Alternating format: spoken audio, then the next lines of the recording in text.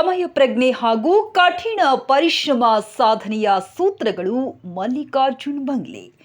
ಕೊಪ್ಪಳ. ಜೀವನದಲ್ಲಿ ಏನಾದರೂ ಒಂದು ಸಾಧನೆ ಮಾಡಲು ನಿರ್ದಿಷ್ಟ ಗುರಿ, ಸಮಯ ಪ್ರಜ್ಞೆ ಹಾಗೂ ಕಠಿಣ ಪರಿಶ್ರಮ ಇವು ಪ್ರಮುಖ ಸೂತ್ರಗಳಾಗಿವೆ ಎಂದು ಕರ್ನಾಟಕ ಕಾರ್ಯನಿರತ ಪತ್ರಕರ್ತರ ಧ್ವನಿ ಸಂಘಟನೆಯ ಸಂಸ್ಥಾಪಕ ರಾಜ್ಯಾಧ್ಯಕ್ಷ ಮಲ್ಲಿಕಾರ್ಜುನ್ ಬಂಗ್ಲೆ ಹೇಳಿದರು. ಜಿಲ್ಲೆಯ ಯಲಬುರ್ಗಾ ಪಟ್ಟಣದ ಮೊರಾರ್ಜಿ ವಸತಿ ಶಾಲೆಯಲ್ಲಿ ಕರ್ನಾಟಕ ಕಾರ್ಯನಿರತ ಪತ್ರಕರ್ತರ ಧ್ವನಿ ಸಂಘಟನೆ ಯಲಬುರ್ಗಾ ತಾಲೂಕು ಘಟಕದ ವತಿಯಿಂದ ಆಯೋಜಿಸಿದ್ದ ಪತ್ರಿಕಾ ದಿನಾಚರಣೆ ಹಾಗೂ ಸನ್ಮಾನ ಕಾರ್ಯಕ್ರಮವನ್ನು ಉದ್ದೇಶಿಸಿ ಸಂಘಟನೆಯ ಸಂಸ್ಥಾಪಕ ರಾಜ್ಯಾಧ್ಯಕ್ಷ ಮಲ್ಲಿಕಾರ್ಜುನ್ ಬಂಗ್ಲೆ ಮಾತನಾಡುತ್ತಾ, ಪತ್ರಕರ್ತರನ್ನು ದೇಶದ ಸಂವಿಧಾನದ 4ನೇ ಅಂಗ ಎಂದು ಪ್ರತಿಯೊಬ್ಬರೂ ಕರೆಯುತ್ತಾರೆ.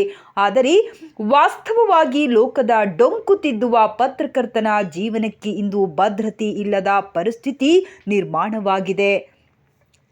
ಪತ್ರಕರ್ತರಿಗೆ ಸೂಕ್ತ ಭದ್ರತೆ ಹಾಗೂ ಸೌಲಭ್ಯ ಕಲ್ಪಿಸಿದರೆ ಭ್ರಷ್ಟ ಹಾಗೂ ದುಷ್ಟ ರಾಜಕಾರಣಿಗಳ ಅಂತ್ಯವಾಗುವುದು ಖಚಿತ ಎಂದು ತಿಳಿದುಕೊಂಡ ಕೆಲ ಭ್ರಷ್ಟ ರಾಜಕಾರಣಿಗಳು ಪತ್ರಕರ್ತರ ಸೌಲಭ್ಯಕ್ಕೆ ಕೊಕ್ಕಿ ಹಾಕುತ್ತಿರುವುದು ವಿಪರ್ಯಾಸದ ಸಂಗತಿಯಾಗಿದೆ ಎಂದು ಹೇಳಿದರು.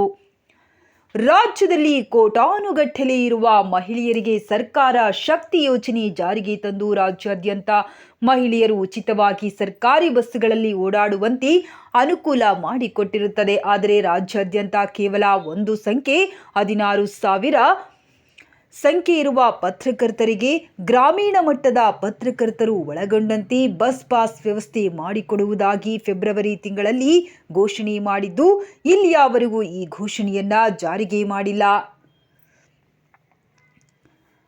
ರಾಜ್ಯದಲ್ಲಿ ಆಡಳಿತ ನಡೆಸುತ್ತಿರುವ ಜನ ಸರ್ಕಾರ ಪತ್ರಕರ್ತರಿಗೆ ಬಸ್ ಪಾಸ್ ನೀಡಲು ಮೀನಾಮೇಷ ಎಣಿಸುತ್ತಿದ್ದು, ಘೋಷಣೆ ಮಾಡಿದರೂ ಸಹ ಇಲ್ಲಿಯ ತನಕ ಜಾರಿಗೆ ತರಲು ಸಾಧ್ಯವಾಗದೇ ಇರುವುದು ವಿಪರ್ಯಾಸದ ಸಂಗತಿಗೆ ಸರಿ ಎಂದರು.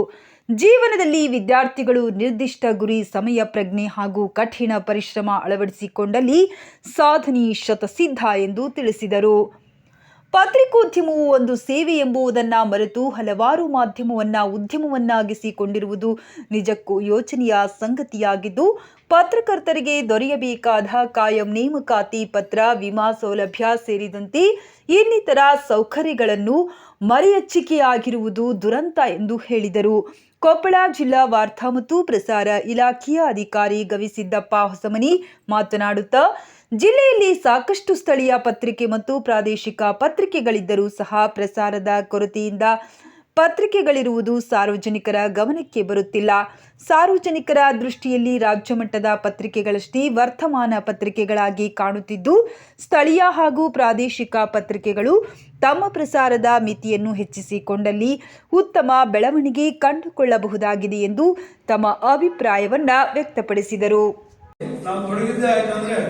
ದುಷ್ಟ ರಾಜಕಾರಣಿಗಳು, ಭ್ರಷ್ಟ ಅಧಿಕಾರಿಗಳು ನಮ್ಮ ಅಂಗಾಂಗನೇ ಅಂಕುಡೊಂಕ ಮಾಡುವಂತ ಸ್ಥಿತಿ ಎಲ್ಲಿ ನಮಗೆ ಬಂದದ್ದಪ್ಪ ಅಂದ್ಬಿಟ್ಟು ಆತಂಕ ಬಹಳಷ್ಟು ಇವತ್ತು ವಿದ್ಯಾರ್ಥಿಗಳಲ್ಲಿ ಇವತ್ತು ಅಡಗಿದಂತ ಈ ಸಂದರ್ಭದಲ್ಲಿ ಹೇಳ್ತಾ, ಇವತ್ತು ನಾವು ವಿದ್ಯಾರ್ಥಿಗಳಿಗೆ ಈ ಸಂದರ್ಭದಲ್ಲಿ ಕರೆ ಕೊಡೋದೇನಂದ್ರೆ, ಯಾವುದೇ ಒಂದು ವಿಚಾರದಲ್ಲಿ ಒಂದು ನಿರ್ದಿಷ್ಟ ಗುರಿ ತಾವು ಇಟ್ಕೊಳ್ಬೇಕು. ನಿರ್ದಿಷ್ಟ ಗುರಿ ಜೊತೆಗೆ ಸಮಯ ಪ್ರಜ್ಞೆ ತಾವು ಅಳವಡಿಸಿಕೊಳ್ಬೇಕು. ಅದರ ಜೊತೆಗೆ ಕಠಿಣ ಪರಿಶ್ರಮ. ಈ 3 ನಿಮ್ ಜೀವನದಲ್ಲಿ ಅಳವಡಿಸಿಕೊಂಡಿದ್ದೆ ಆಯ್ತಂದ್ರೆ ನೀವೇನ್ ಅಂದ್ಕೊಂಡಿರ್ತೀರ ಜೀವನದಲ್ಲಿ, ಎಂತ ಆಫೀಸರ್ ಆಗ್ಬೇಕು, ಯಾವ ರಾಜಕಾರಣಿ ಆಗ್ಬೇಕು, ಏನ್ ಸಾಧಿಸ್ಬೇಕು, ಎಂತ ಉದ್ಯಮ ಆಗ್ಬೇಕಂತ ಅದು ದೊಡ್ಡ ವಿಚಾರನೇ ಅಲ್ಲ ಅಂತ ಈ ಸಂದರ್ಭದಲ್ಲಿ ಹೇಳ್ತಾ, ಆ ನಿಟ್ಟಿನಲ್ಲಿ ತಾವು ಗುರಿ ಇಟ್ಕೊಂಡಿದ್ದೆ ಆಯ್ತಂದ್ರೆ ಆ ಒಂದು ಹಂತಕ್ಕೆ ತಾವು ತಲುಪಿರೋಂತ ಈ ಸಂದರ್ಭದಲ್ಲಿ ಹೇಳಕ್ ಇಷ್ಟಪಡ್ತಾರೆ. ಇದರ ಜೊತೆಗೆ ಇವತ್ತೇನು ನಿಮ್ಗೆ ವಿದ್ಯೆ ಕಲಿಸುವಂತ ಗುರುಗಳಿರ್ಬೋದು, ಇವತ್ತು ಬಹಳಷ್ಟು ಕಷ್ಟಪಟ್ಟು ಇವತ್ತು ನಿಮ್ಮ ತಂದೆ ತಾಯಿಗಳು ಇವತ್ತೇನು ನಿಮ್ಮನ್ನೆಲ್ಲ ಇಲ್ಲಿ ಬೆಳೆಸ್ಬಿಟ್ಟು ನನ್ನ ಮಕ್ಕಳು ಭವಿಷ್ಯ ಹಂಗಿದ್ರೆ ಅವ್ರಿಗೆಲ್ಲ ಸವಲತ್ತು ಕೊಡಿಸ್ತಾರೆ ಕಾರಣ. ಇವತ್ತು ನಮ್ಮ ಪತ್ರಕರ್ತರು ಇವತ್ತು ನಮ್ಮ ಗವಿಸಿದ್ದಪ್ಪ ಸಾರಿಗೆ ವಾಸ್ತವಾಂಶ ಗೊತ್ತಿದೆ. ಅವ್ರೇನಾದ್ರೂ ಹೆಚ್ಚಿನ ರೀತಿ ಮಾತಾಡಿದ್ರೆ ಅವ್ರು ಜಾಬಿಗೆ ಕೂತಾರೆ, ಅವ್ರು ಮಾತಾಡಕ್ಕಾಗಲ್ಲ. ನಮ್ಮಂಗೆ ಮಾತಾಡೋ ಎದೆಗಾರಿಕೆ ಅಧಿಕಾರಿಗಳಿರ್ತಾರೆ. ಇವತ್ತು ಅವ್ರಿಗೆ ಗೊತ್ತಿದೆ ವಾಸ್ತವಾಂಶ, ಕಾಯಂ ನೇಮಕಾತಿ ಇಲ್ಲಂತನೂ ಗೊತ್ತಿದೆ, ಮಾಧ್ಯಮ ಪಟ್ಟಿ ಪರಿಸ್ಥಿತಿ ಇದಂತನೂ ಗೊತ್ತಿದೆ. ಇವತ್ತು ಪ್ರಚಾರ ದೃಷ್ಟಿಯಿಂದ ಹೇಳಿದ್ರು, ಪ್ರಸಾರ ದೃಷ್ಟಿಯಿಂದ ಹೇಳಿದ್ರು. ಇವತ್ತು ಬಹಳಷ್ಟು ಸುಮಾರು ಪತ್ರಿಕೆಗಳು 60% ಮೇಲೆ ಪತ್ರಿಕೆ ಇವತ್ತು ಸರಿಯಾದ ಪ್ರಸಾರ ಆಗ್ತಾ ಇಲ್ಲ. ಕಾಟಾಚಾರಕ್ಕೆ, ಜಾಹೀರಾತಕ್ಕೆ ಸರ್ಕಾರದ ಏನು ಕೋಟ್ಯಾಂತರ ರೂಪಾಯಿ ಗಮನಿಸಕ್ಕಾಗಿ ಇವತ್ತು ಪತ್ರಿಕೆ ಬರ್ತಾರೆ. ಅಲ್ಲಿನೂ ಬಹಳಷ್ಟು ತಾರತಮ್ಯ.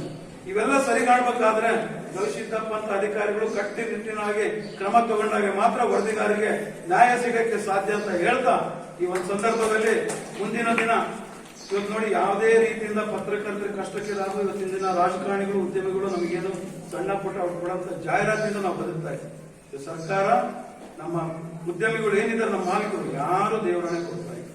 ಈ ಒಂದು ಇದಕ್ಕೆ ಪತ್ರಕರ್ತರಿಂದಲೇ ಪತ್ರಕರ್ತರಿಗಾಗಿ ಒಂದು ಕ್ಷೇಮ ನಿಧಿ ನಾನು ಪ್ರಾರಂಭ ಮಾಡ್ತಾ ಇದ್ದೀನಿ ಆಗಸ್ಟ್ 15ರಿಂದ. ಆದರೆ ಪ್ರಸಾರ ಅಂತ ಬಂದಾಗ ಸ್ವಲ್ಪ ನಾವು ನೋವಿನಿಂದ ಹೇಳ್ಬೇಕಾಗುತ್ತದೆ. ಇನ್ನೂ ಕೂಡ ಅವು ಪ್ರಸಾರ ಸಂಖ್ಯೆಯನ್ನು ಹೆಚ್ಚಿಸಿಕೊಳ್ಬೇಕು. ಪ್ರಾದೇಶಿಕ ಪತ್ರಿಕೆಗಳು ಕೂಡ ಪ್ರಸಾರ ಸಂಖ್ಯೆಯನ್ನು ಹೆಚ್ಚಿಸಿಕೊಳ್ಬೇಕು. ಪತ್ರಿಕೆಗಳಂತಂದ್ರೆ ಬಹಳಷ್ಟು ಪರಿಸ್ಥಿತಿ ಹೆಂಗಾಗಿದೆ ಅಂತಂದ್ರೆ ಈ ರಾಜ್ಯ ಮಟ್ಟದ ಪತ್ರಿಕೆಗಳಷ್ಟೇ ಪತ್ರಿಕೆಗಳು ಅನ್ನುವಂಥ ಸ್ಥಿತಿ ಇದೆ. ಆದರೆ ಸ್ಥಳೀಯ ಪತ್ರಿಕೆಗಳಿದಾವು, ಪ್ರಾದೇಶಿಕ ಪತ್ರಿಕೆಗಳಿದಾವು ಅನ್ನುವಂತಹ ಮಾಹಿತಿ ಬಹಳ ಜನರಿಗಿಲ್ಲ. ಆದ್ರೆ ನಾನು ಈ ಸಂದರ್ಭದಲ್ಲಿ ಏನ್ ಹೇಳಿಕ್ ಬಯಸ್ತೇನೆ ಅಂತಂದ್ರೆ, ಇವತ್ತು ನಾನು ಆಗ್ಲೇ ಹೇಳಿದಲ್ಲ, ಈ ರೀತಿ ಮಕ್ಕಳು, ಈ ರೀತಿ ಶಾಲೆ ಇರುವಂತಹ ಶಿಕ್ಷಕರ ಸಹಕಾರ ತಗೊಂಡು ನಾವು ಸ್ಥಳೀಯ ಪತ್ರಿಕೆಯನ್ನು ವಿಶೇಷವಾಗಿ ರೂಪಿಸಬಹುದು. ಒಂದು ಪ್ರಕಟಣೆಯನ್ನು ಕೊಡಬಹುದು ನಾವು ಸ್ಥಳೀಯ ಪತ್ರಿಕೆಯಿಂದ. ಈ ವಾರ ನಾವು ಈ ಶಾಲಾ ಮಕ್ಕಳ ಕವಿತೆಗಳನ್ನ ಪ್ರಕಟ ಮಾಡ್ತೀವಿ ಅಂತ. ಈ ವಾರ ನಾವು ಯಲಬುರ್ಗಾ ತಾಲೂಕಿನ ವಿಷಯಗಳ ಬಗ್ಗೆ ನಾವು ಪ್ರಕಟ ಮಾಡ್ತೀವಿ ಅಂತ ಪ್ರಕಟಣೆ ಕೊಟ್ಟರೆ ಬೇಕಾದಷ್ಟು ಕವಿತೆಗಳು ಬರ್ತಾವೆ, ಬೇಕಾದಷ್ಟು ಲೇಖನಗಳು ಬರ್ತಾವೆ. ಆ ತರದ ಲೇಖನಗಳನ್ನ, ಆ ತರ ಕವಿತೆಗಳನ್ನ ಇಟ್ಟುಕೊಂಡು ನಾವು ಒಂದು ಸಣ್ಣ ಪತ್ರಿಕೆಯನ್ನು ರೂಪಿಸಬಹುದು. ಆ ತರ ಮಾಡ್ಲಿಕ್ಕೆ ಸಾಧ್ಯತೆ ಇದೆ. ಹಿಂಗಾಗಿ ಇಲ್ಲಿರುವಂತಹ ಬಹಳಷ್ಟು ಜನ ಪತ್ರಕರ್ತರು ಸಣ್ಣ ಸಣ್ಣ ಪತ್ರಿಕೆಗಳ ವರದಿಗಾರರಾಗಿದ್ದಾರೆ, ಸಂಪಾದಕರಾಗಿದ್ದಾರೆ. ಹೀಗಾಗಿ ನಾನು ಈ ಮಾತನ್ನು ಹೇಳ್ತಾ ಇದ್ದೇನೆ. ನಮ್ಮಲ್ಲಿ ಒಂದು ಸ್ವಲ್ಪ ಪ್ರಯೋಗಶೀಲತೆ ಬೇಕು. ನಾವು ಪತ್ರಿಕೆಯನ್ನ ಬೇರೆ ಬೇರೆ ಪ್ರಯೋಗಗಳ ಮೂಲಕ ರೂಪಿಸಿದಾಗ ಖಂಡಿತ ಜನ ಓದ್ತಾರೆ.